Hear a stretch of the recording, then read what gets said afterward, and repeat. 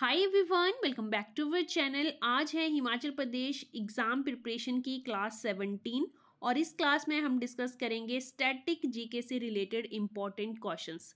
ये सभी क्वेश्चंस जो हैं वो प्रीवियस ईयर एग्जाम पेपर में पूछे गए हैं, तो सभी क्वेश्चंस डिस्कस करेंगे और हर एक रिलेटेड पॉइंट भी क्वेश्चन से रिलेटेड देखेंगे। तो चलिए स्टार्ट करते हैं आज की वीडियो को। फर्स्ट क्वेश्चन है हमारे पास, भारत के संविधान की निम्नलिखित कौन सी धारा एंग्लो इंडियन कम्युनिटी को सुरक्षा उपलब्ध करवाती है? एंग्लो इंडियन कम्युनिटी जो है वो भारत की माइनॉरिटी कम्युनिटी में आते हैं और इनको जो है वो सुरक्षा उपलब्ध करवाई जाती है बाय द आर्टिकल 331 के। सी ऑप्शन जो है यहाँ पे करेक्ट आंसर रहेगा। और इसी आर्टिकल के अंतर्गत जो है वो लोकसभा में एंग्लो इंडियन के 2 लोगों को भी नामांकित किया जाता था इसलिए वर्ड यूज़ किया क्योंकि 2020 में जो है इस नामांकन को रद्द कर दिया गया है केंद्र सरकार के द्वारा।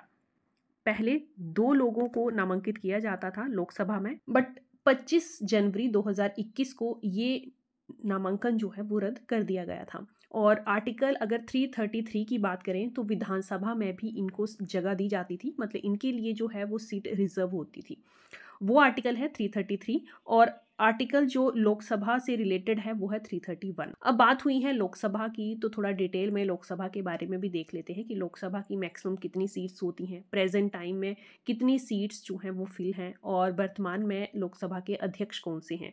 ये रिलेटेड क्वेश्चन जो है इस क्वेश्चन से बन रहे हैं। तो अगर बात करें लोकसभा के अध्यक्ष की तो वर्तमान अध्यक्ष हैं ओम बिरला और लोकसभा की मैक्सिमम सीट्स होती हैं 550, जिनमें से 530 सीट्स जो हैं वो राज्यों से फिल की जाती हैं और 20 सीट्स जो हैं वो यूनियन टेरिटरी से फिल की जाती हैं। प्रेजेंट टाइम में कितनी सीट्स फिल हैं तो 543 सीट्स जो हैं वो लोकसभा की फिल हैं। तो ये पॉइंट आप याद रखेंगे कि एंग्लो इंडियन कम्युनिटी की जो 2 सीटें नामांकित की जाती थी लोकसभा में वो अब रद्द हो चुकी हैं। उनकी मान्यता जो है वो 2021 तक थी। 25 जनवरी 2021 को ये समाप्त कर दी गई थी। नेक्स्ट क्वेश्चन है, केंद्र शासित पौंडुचेरी के बारे में निम्नलिखित पर विचार कीजिए। केंद्र शासित प्रदेश है भारत का एक पौंडुचेरी, जिसके बारे में आपको बताना है कौन सा विचार सही है, कौन सी स्टेटमेंट जो है वो सही है। फर्स्ट है, ये भारत का सबसे छोटा केंद्र शासित प्रदेश है, तो ये स्टेटमेंट गलत हो जाती है। भारत का सबसे छोटा केंद्र शासित प्रदेश जो है वो है लक्षद्वीप। सबसे छोटा लक्षद्वीप है तो कितना इसका एरिया है तो 32 स्क्वायर किलोमीटर जो है वो लक्षद्वीप का एरिया है। सबसे बड़े की भी बात कर लेते हैं तो सबसे बड़ा जो केंद्र शासित प्रदेश है भारत का वो है लद्दाख। अब लद्दाख को कब गठित किया गया, क्योंकि हाल ही में इसका गठन हुआ है, तो इसका गठन जो है वो 31 अक्टूबर 2019 को किया गया था, जब जम्मू कश्मीर राज्य को तोड़कर 2 अलग अलग केंद्र शासित प्रदेश बनाए गए 2019 में। तब लद्दाख बना और लद्दाख जो है प्रेजेंट टाइम में इंडिया का सबसे बड़ा केंद्र शासित प्रदेश है। तो ये स्टेटमेंट तो गलत हो जाती है। दूसरा देखते हैं, किसी समय में भारत में फ्रांसीसी सरकार का मुख्यालय था।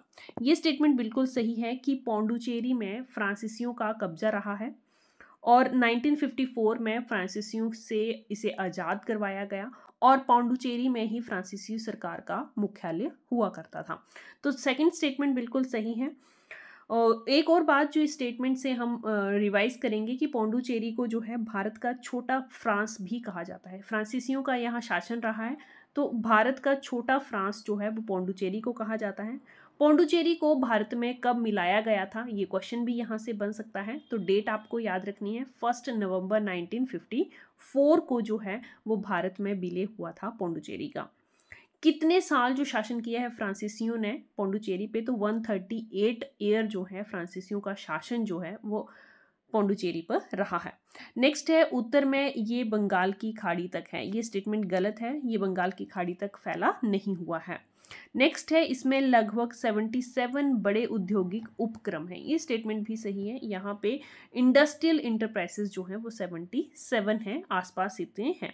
तो 2 स्टेटमेंटें सही हुई हैं, सेकंड एंड फोर्थ, तो हमारा यहाँ ऑप्शन बी सही होगा। सेकंड एंड फोर्थ स्टेटमेंट जो है वो पौंडुचेरी के बारे में सही है। अगला प्रश्न देखते हैं। अगला प्रश्न हमारे पास है, गोवा राज्य के बारे में निम्नलिखित में से कौन सा सही है। गोवा राज्य की स्टेटमेंट्स आपको बतानी है कौन सी सही है। फर्स्ट जो स्टेटमेंट है, इसका वन्य आवरण राष्ट्रीय रिक्वायरमेंट से अधिक है। गोवा का जो फॉरेस्ट कवर है वो नेशनल रिक्वायरमेंट से ज़्यादा है, ये स्टेटमेंट बिल्कुल सही है। A option is the correct answer. Other statements को भी पढ़ लेते हैं। गोवा का सबसे बड़ा बंदरगाह जो है पणजी है। गोवा की राजधानी है पणजी, बट इसका जो मेजर पोर्ट है वो पणजी नहीं है। मोरमुगाओ पोर्ट जो है, जो कमीशन हुआ था 1885 में, मतलब सबसे ओल्डेस्ट पोर्टों में से एक है ये पोर्ट, और यही गोवा का मेजर पोर्ट भी है। नेक्स्ट है टेरिखोल नदी इसके दक्षिण में बहती है। ये स्टेटमेंट भी गलत है। हमारी स्टेटमेंट फर्स्ट सही हो चुकी है, बाकी स्टेटमेंट्स गलत हैं, बट हमें इसे रीड करना ज़रूरी है। नेक्स्ट है ये पॉली हाउसेस और ग्रीन हाउसेस बनाने में 75% सहायता देता है, तो ये भी स्टेटमेंट गलत है। गोवा के बारे में एक ही स्टेटमेंट सही थी कि इसका जो फॉरेस्ट कवर है वो नेशनल रिक्वायरमेंट से ज़्यादा है। आप मुझे कमेंट बॉक्स में ये बताइए कि नेशनल रिक्वायरमेंट कितनी है फॉरेस्ट कवर के लिए पर स्टेट। चलिए अगला प्रश्न है, हरियाणा राज्य के वर्ष 2023 के सही लिंग अनुपात की पहचान निम्नलिखित में से कीजिए। लिंग अनुपात आपको चूज करना है हरियाणा का 2023 में कौन सा सही है। 927, 923, 930, 916, तो डी ऑप्शन सही है। 916 जो है लिंग अनुपात हरियाणा राज्य का रहा है 2023 में। नेक्स्ट है वर्ष 2023-24 के प्रथम अग्रिमी अनुमान में भारत के ग्रोस डोमेस्टिक प्रोडक्ट का निम्नलिखित कौन सा अनुमान सही है। जब भारत के जीडीपी का अनुमान लगाया गया था, प्रथम अग्रिम अनुमान में कितना अनुमान जो है वो लगाया गया था, ये क्वेश्चन पूछा गया है, तो ये अनुमान था 7.3%। सी ऑप्शन जो है यहाँ पे करेक्ट आंसर है। अगला प्रश्न है, जनवरी 2024 में भारत का अंतरिक्ष यान आदित्य-1 कितने दिनों के बाद पार्किंग क्षेत्र पर पहुंचा।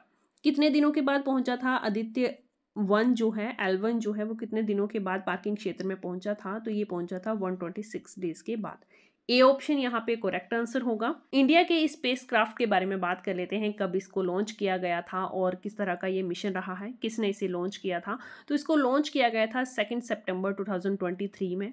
ये भारत का पहला सोलर मिशन था, इसीलिए ये इम्पोर्टेंट बन जाता है। बहुत ही इंपॉर्टेंट पॉइंट यहाँ से बन रहा है कि फर्स्ट सोलर मिशन था ये इंडिया का। इसको लॉन्च किया था इसरो ने, इंडियन स्पेस रिसर्च ऑर्गेनाइजेशन ने, जिसका कि हेडक्वार्टर है बेंगलुरु में। यहाँ से अगर आप करंट अफेयर से क्वेश्चन रिलेट करेंगे तो हाल ही में इसरो के नए अध्यक्ष चुने गए हैं और वो हैं डॉक्टर वी नारायणन। इनका नाम भी आपको याद रखना है, इसरो के अध्यक्ष हैं तो इंपॉर्टेंट पर्सन है ये इंडिया के, तो इनसे रिलेटेड भी क्वेश्चन बन सकता है। चलिए नेक्स्ट क्वेश्चन है, लाइफ टाइम कैटेगरी 2023 में द्रोणाचार्य अवार्ड कोच भास्करन ई को किस खेल में मिला है।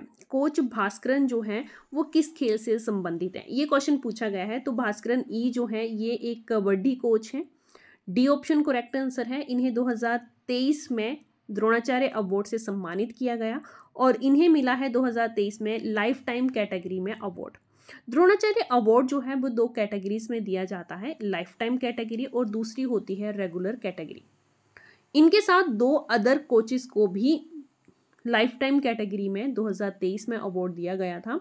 एक थे जसकीरत सिंह जो कि गोल्फ कोच थे और दूसरे जयवंत कुमार पुशीलाल जो कि एक टेबल टेनिस कोच थे। इन 3 पर्सन को 2023 में जो है द्रोणाचार्य अवार्ड दिया गया लाइफ टाइम कैटेगरी में। अब 2024 की बात करें कि 2024 में द्रोणाचार्य पुरस्कार जो है वो किन किन कोचेस को दिया गया है। तो लाइफ टाइम में 2 कोचेस को और रेगुलर कैटेगरी में 3 कोचेस को दिया गया है। रेगुलर कैटेगरी की हम बात नहीं करेंगे, बात करते हैं लाइफ टाइम कैटेगरी की। तो 2 कोचेस कौन कौन से हैं, एक फुटबॉल कोच हैं और दूसरे हैं बैडमिंटन कोच। फुटबॉल कोच हैं अरमांडो कोलाको और बैडमिंटन कोच का नाम है एस मुरलीधरन। इन दोनों कोचेस को 2024 द्रोणाचार्य अवार्ड से सम्मानित किया गया है। चलिए नेक्स्ट क्वेश्चन है, भारत में निम्नलिखित में से कौन सा बांध सबसे ऊंचा है। भारत में सबसे ऊंचा बांध है टिहरी बांध। बी ऑप्शन सही आंसर है। किस राज्य में ये स्थित है, तो उत्तराखंड राज्य में ये बांध स्थित है। हीराकुंड बांध ये किस राज्य में स्थित है, ओडिशा में। भाखड़ा बांध की बात करें तो ये हिमाचल प्रदेश के बिलासपुर जिले में बना है और किस नदी पे स्थित है, तो ये सतलुज नदी पे स्थित है। अगला प्रश्न देखते हैं, निम्नलिखित में से कौन सा अंतर्राष्ट्रीय पर्यावरणीय समझौता सबसे बाद का है। सबसे बाद का मीन्स लेटेस्ट एग्रीमेंट एनवायरमेंटल से जो रिलेटेड है वो आपको चूज करना है। ऑप्शंस देख लेते हैं, Montreal Protocol, Kyoto Protocol, Basel Convention और डी ऑप्शन है Glasgow Climate Pact. D option जो है सबसे लेटेस्ट एग्रीमेंट है तो यहाँ पे करेक्ट आंसर होगा ऑप्शन डी। इसे साइन किया गया है 2021 में, हाल ही का यही एग्रीमेंट है। अदर ऑप्शंस की बात करें तो मॉन्ट्रियल प्रोटोकॉल जो है ये ओजोन लेयर से रिलेटेड है। ओजोन लेयर को प्रोटेक्ट करने के लिए ये एग्रीमेंट जो है वो साइन किया गया था। किस ईयर में इसे साइन किया गया है, तो 1987 में इसे जो है वो साइन किया गया था एग्रीमेंट को। कियोटो प्रोटोकॉल जो है ये फर्स्ट ऐसा एग्रीमेंट है जो कि ग्रीन हाउस गैस एमिशन से रिलेटेड है, तो ये भी इंपॉर्टेंट है, ध्यान रखिएगा। इसे एडॉप्ट जो है वो 1997 में कर लिया गया था, बट ये इफेक्ट में जो है वो 2005 से आया है। लास्ट जो ऑप्शन है that is vessel convention. Vessel convention को अडॉप्ट किया गया था 1989 में और ये इफेक्ट में आया है 1992 से। एयर रिलेटेडली आपको याद रखने हैं, तभी आप चूज कर सकोगे कि कौन सा एनवायरमेंटल एग्रीमेंट जो है लेटेस्ट है, ये सबसे पुराना है। किसी भी तरह का क्वेश्चन जो है एग्जामिनर पूछ सकता है, तो सभी के एयर आपको याद रखने हैं और किस इशू से ये रिलेटेड है ये भी आपको पता होना चाहिए।